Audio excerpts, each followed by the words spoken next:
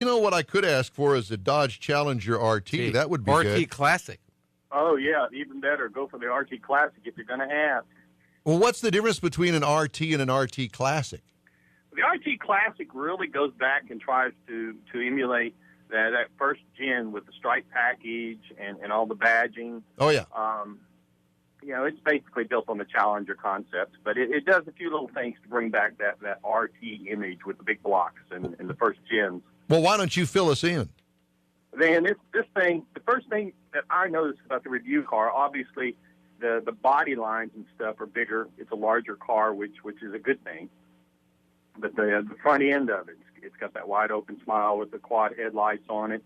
Come up on the hood, and you've got some actual functional dual air inlets that are reminiscent of the earlier cars. And come down, and the profile is all there, even with a little spoiler on the tail end of it. Some of the differences are, though, instead of a 14 or 15-inch wheel running on some polyglass Goodyears that wouldn't hook up. Hey, I like wait those. a minute. We're big fans of those polyglass tires. Are you kidding? They're great. Don't get me wrong, but as far as they're hard to come by these days, Yeah. and they don't ride quite the same. Exactly.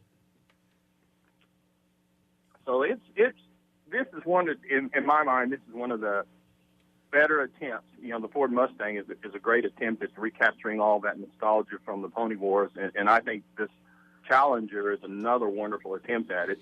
It takes the technology and builds on that concept of what those cars look like and represented. Well, I'm dying to know about the motor. Yeah. Well, the Challenger, obviously, you can get it in three different engines. You got the V6, it's got 305 horses, or you can go for the Monster with the 407 horses. But our review vehicle, the RT that we had, came with the 5.7-liter Hemi. Pushes out 375 horses. It's a very manageable engine on the street. It's just got oodles of power under it behind, particularly with the 6-speed behind it.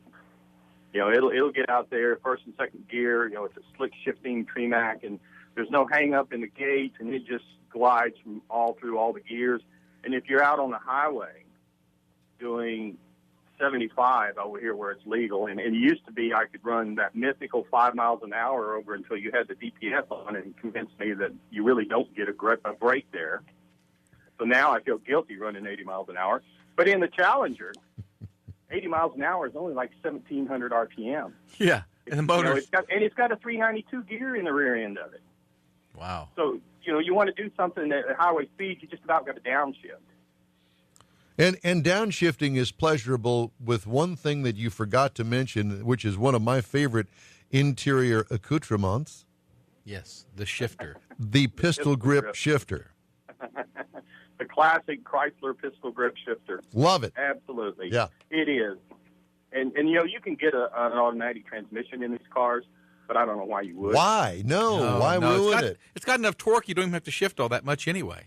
No, you don't. I mean, with that gear in the rear end of it, if you want to come off the stop sign in second gear, you can do that. It's got the skip shift feature. You can go from 1 to 4 for some silly reason. I mean, half the fun is driving it and shifting it from 1, 2, 3, and 4 around town. I think that's an emissions or a fuel economy thing. Yeah, it's for cafe. Yeah, it's an EPA thing. Well, it's okay, I guess. That way if you miss a shift or something, you can always say, oh, I did that on purpose. But, yeah. So, Mikey, what do you like about the back seat? Has it got plenty of room in there compared to the Mustang or the Camaro? Wait a minute. How would he know about that? What are you doing with Becky these days? I mean, how long have y'all been married now? Coming up on 20 years. 20 years. And you're taking her to the drive-in still, and y'all making out in the back seat? Is that what it is? If I get the chance, you ought to see us in a minivan. But that's a different story. Well, let's go back to the RT. Okay, the RT. So the RT, it's got the seat belts, the shoulder belts. It's kind of with the high back buckets and stuff, it's kind of an obstacle course to get in. But once you get in there, you can actually sit in there. 2 adults can easily sit back there and go on a trip. I mean, it's not going to be like the Cadillacs you were talking about earlier, but it's very usable. And on top of that, because of the larger size, not only do you get the bigger rear seat, but it's got 16 cubic feet of trunk space, like you were talking about. It has the large opening. It's actually got trunk space you can use.